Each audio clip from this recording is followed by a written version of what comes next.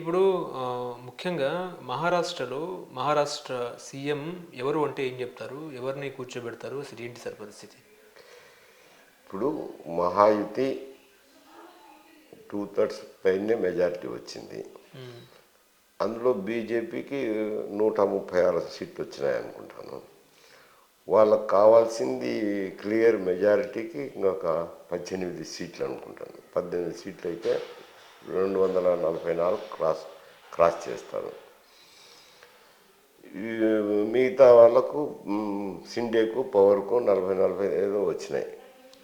ఇప్పుడు సిండే మొన్నటి వరకు 2 సంవత్సరాల వరకు మెజారిటీ తక్కువ ఉన్నా బీజేపీ పెద్ద పార్టీ అయినా కూటమిలో ఆయనకు ఇచ్చారు. ఆయన మళ్ళీ కంటిన్యూ చేయాలని కొంత ఒత్తిడి తీసుకొచ్చిన మాట వాస్తవమే.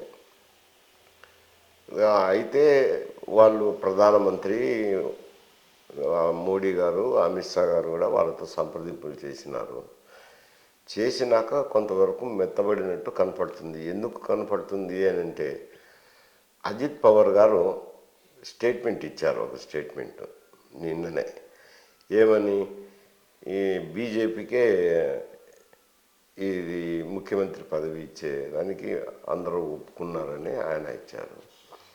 షిండే కూడా తన స్వగ్రామానికి వెళ్ళిన తర్వాత ఆయన ఒక స్టేట్మెంట్ ఇచ్చారు.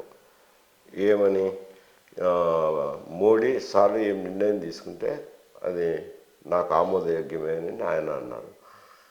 కాబట్టి ఇప్పుడు బీజేపీ పెద్ద పార్టీ ఒకటి, తప్పకుండా బీజేపీకే ముఖ్యమంత్రి పదవి వస్తుంది. ఈ దినం కలుస్తున్నట్టున్నారు అజిత్ పవారు, షిండే, ఫడ్నవీస్ వీళ్ళంతా కలిసి నిర్ణయం తీసుకుంటారు అనుకుంటాను. దాదాపు బీజేపీ ఖాయమైంది. బీజేపీలో ఫడ్నవీస్ ముందంజలో ఉన్నట్టున్నారు ముఖ్యమంత్రి రేసులో. అది ఈ దినమో రేపో నిర్ణయం అయిపోతుంది. ఓకే. ఇప్పుడు శివసేన ఏంటి పరిస్థితి? షిండే వర్గం డిప్యూటీ చీఫ్ మినిస్టర్ వాళ్ళ కుమారునికి ఇస్తారు అనేది ఉంది. అయితే వాళ్ళ కుమారుడు ఎంపీగా ఉన్నారు, మళ్ళీ ఎమ్మెల్యేగా కంటెస్ట్ చేయాల్సింది ఉంటుంది. ఆయనకు డిప్యూటీ సీఎం అని ఈయన్ను కేంద్రంలోకి రమ్మని చెప్పి షిండేను కూడా కోరుతున్నారు. మరి అది ఎంతవరకు జరిగింది అనేది తెలియదు. ఓకే.